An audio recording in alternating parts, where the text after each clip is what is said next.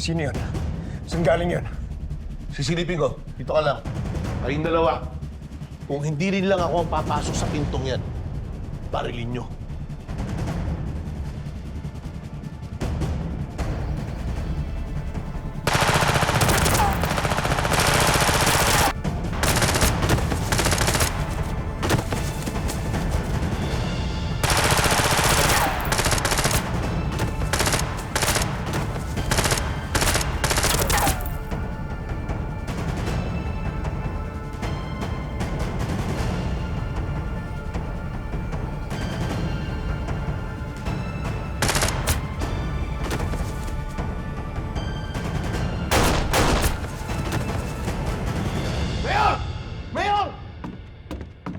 Napasok tayo mga pulis! Ano? Paano nila nalaman na andito tayo? Tumakas na kayo, Mayor. Kami na bahala dito. Hindi. Hindi kami makakatakas dito. Walang ibang labasan. Hindi tayo magpapahuli sa mga bobong pulis na yan. Nandiyan mga tao mo, di ba? Lalaban tayo, Roman. Dito ka lang. Huwag niyong iiwanan si Mayor.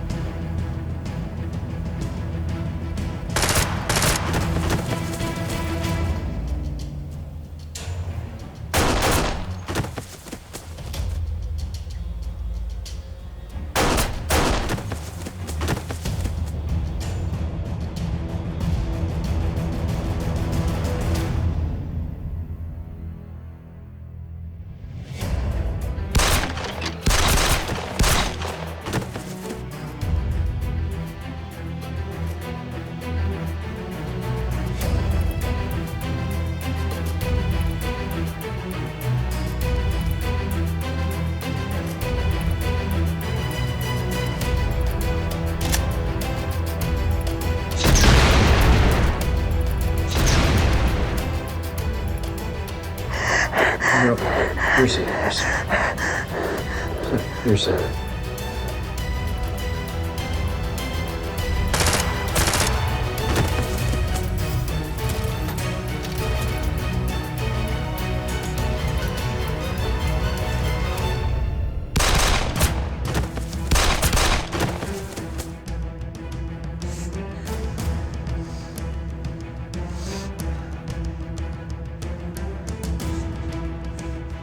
Kayong dalawa, ano ba ginagawa niyo dyan?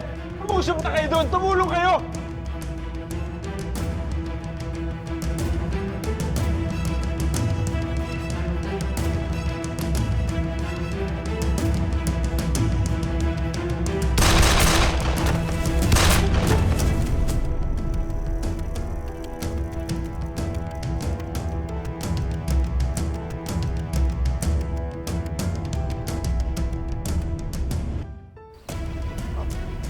Roman! Hinto! Sumuko ka na! Huwag ka na lumaban! Unang tangkay pa tumakas! Wala pa rin!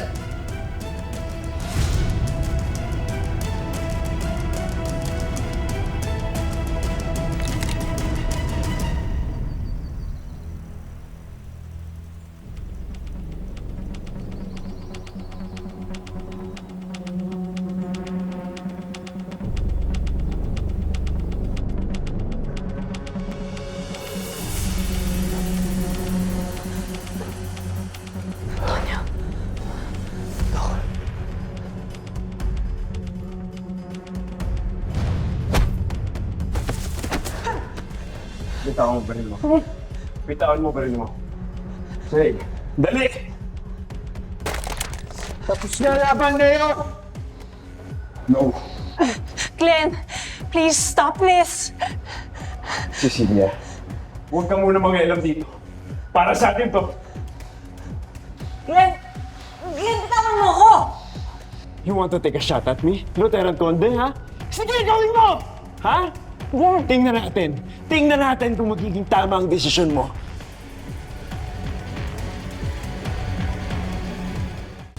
Glenn, hindi mo kailangan gawin to. No. I have to! Gusto kong iparamdam sa inyo yung sakit na pinaramdam niyo sa akin! You took everything from me! And the only thing left for me to do is watch you two die. Kaya huling pagkakataon natin. Ibaba mo yung baril mo! Ayaw mo? Panoorin mo kung paano ko patayin yung pinakamamahal mo sa buhay. Eh di sige! Ituloy mo! Pero sinisiguro ko sa'yo, ito magiging katapusan mo. Mapatay mo man si Bobby, sigurado akong habang buhay mong pagsisisihan yung mga kasalanan mo. Ganun. Taga, Glenn, sandali. Ano, Tonyo? Ano? Sabi mo? Okay lang na mamatay ako, basta't mahuli yung si Glenn? Ha? Okay na kung mamahal mo ako. Bobby, hindi naman sa ganun. Ano hindi sa Sandali! Sandali! Sandali din, okay? Narinig ko eh! Ikaw? Okay lang na mamatay ako? Ha? Basta't mahuli si Glenn? Sinabi mo yan eh! Tumahimik ka kayong dalawa, ha? Tumahimik ka, Ate Bobby. Tumahimik ka. Ikaw ang tumahimik! Meron, sandali nga, mag-explain lang ako. Bobby, hindi pa kasama sa trabaho natin to. Collateral damage. Okay. Collateral damage. Ayun naman pala. So, okay lang. Okay lang na mamatay ako. Ha? Sandali. Pwede ba? Pwede ba? Ate Bobby! Ate Bobby! Tonyo! Makinig kayo sa akin! Pakinig ka sa akin!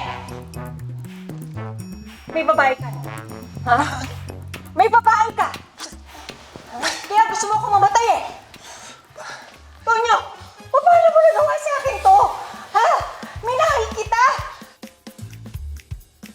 Ang dami kong sinakripisyo para sa'yo. Tapos eto lang. Etong ikaganti mo sa akin. Bobby!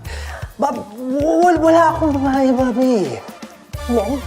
Jen, bitawan mo. Ha? Ako mismo. Papatay. Ate Bobby! Nakakahiya eh. Intindihan mo naman ako. Trabaho natin to. Trabaho. Kaya okay lang na mamatay ako. Bitawan mo ako yan. Sasapakin ko to! Ate Bobby, pwede ba tumigil? Tumigil ka! Ikaw ang tumigil! Ang pakadaldal mo! Ang ate mo ako! Makinig ka sa akin! Bitawan mo! Bitawan mo! Mayor, bitawan na yun! Bitawan mo ako yan! Makinig ka sa akin! Makinig ka sa akin! Isa!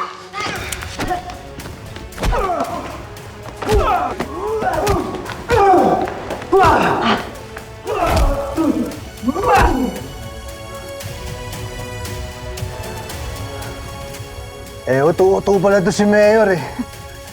Akala niya yata hayaan kita masaktan. Hindi niya alam, mahal na mahal kita.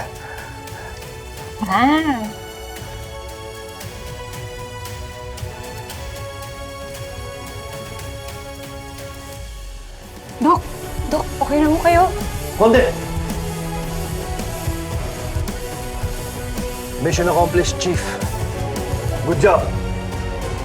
Thank you, sir. Sir, paano nyo nga pala nalaman yung safe house ni Glenn? Dahil sa tulong ni Doc Cecilia.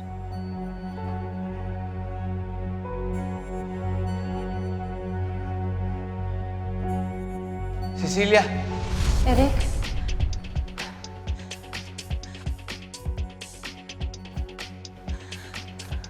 totoo ba yung sinabi mo? Nagsinungaling ka kanina? Ibig sabihin ba no, may alam ka sa operation ni Mayor? Tsaka ko nang sasagutin yan, ang importante, mahanap natin si Glenn. Dala mo ba yung pinapadala ko? Ito, yung tracker. Pakiramdam ko pupuntahan ako ni Glenn. At kapag pinuntahan niya ako, sasama ako. At dahil dito, matatrack niyo ako. Cecilia, hindi ba delikado yan?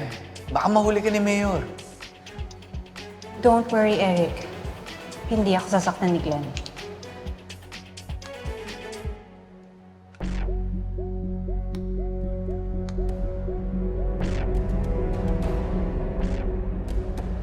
Cecilia, are you okay? Do you want anything? Coffee? Gusto mo? No, it's okay. CR ba yun? Yeah. I'll just use the bathroom.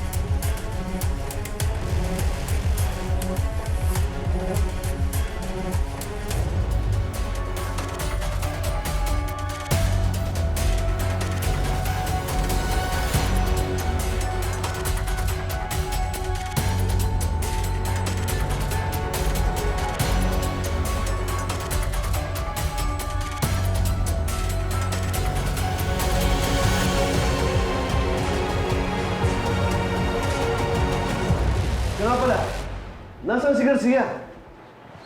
Asan na? Asan yung mga kayakan? Hindi pwede to. Hindi ko ba nagkamit ko? Asan ba?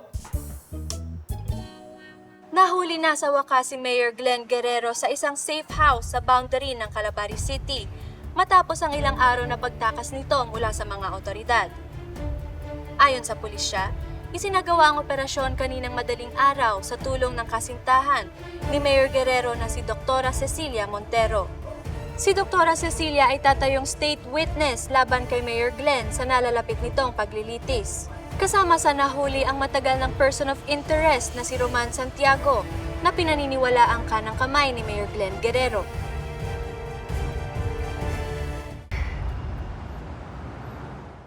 The Regional Trial Court, Branch 1432 is now in session.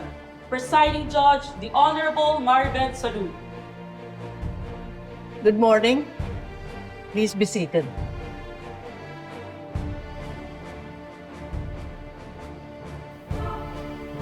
This case carries serious implications, not just for the parties involved, but for the public as well. The court reminds everyone that the accused is presumed innocent until proven guilty. Order and respect are expected at all times. Prosecution, please proceed. Mr. Ignacio, may ituturo mo ba sa korteng ito kung sino ang tinutukoy niyong utak ng sindikato sa Calabari? Siya po.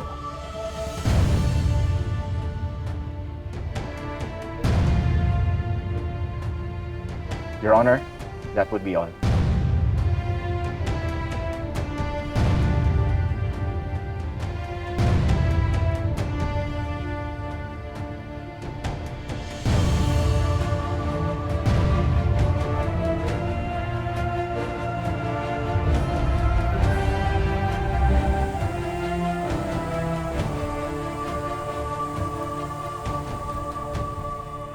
After years of protecting the accused, what made you finally come forward and tell the truth?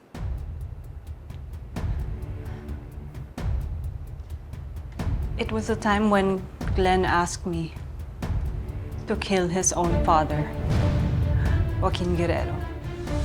Pag na-revive siya mga to, I need you to do something. Are you seriously asking me this? Tatay mo itong pinag-uusapan natin.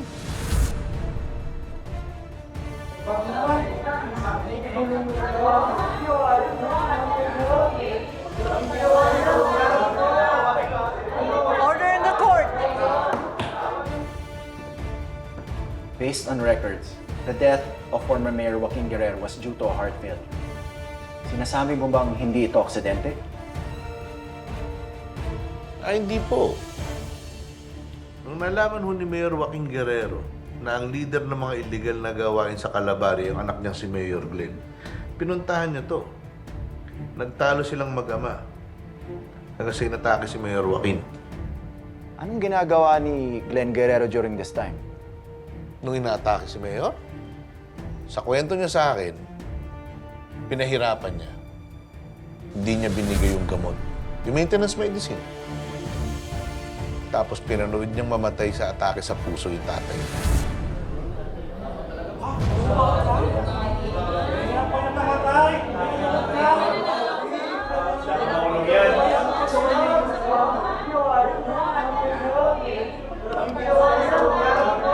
Order in the court!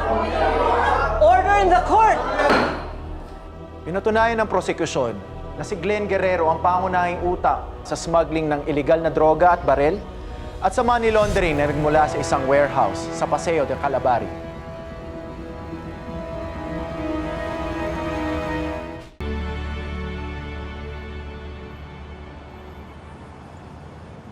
Accused Glenn Guerrero, please rise. The court is now ready to promulgate its judgment.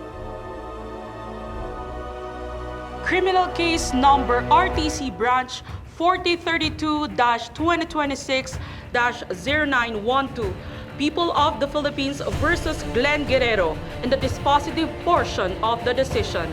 The court finds the accused, Glenn Guerrero, guilty beyond reasonable doubt of the crimes charged.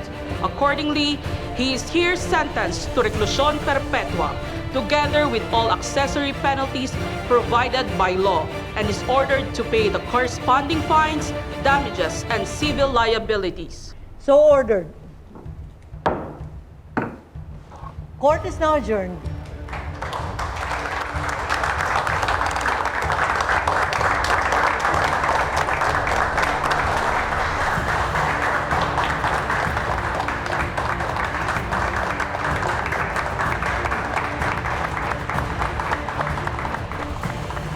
Sa desisyong inilabas ng korte, si Roman Santiago ay mahatulan ng mas magaan na parusa matapos makipagkasundo nito na tumayong state witness laban kay Glenn Guerrero. Samantala, si Dr. Cecilia ay hindi makukulong. Ngunit, tuluyan ang tinanggalan ng lisensyang medikal at ipinagbawal sa anumang posisyon sa gobyerno bilang kapalit ng kanyang mahalagang kooperasyon sa kaso.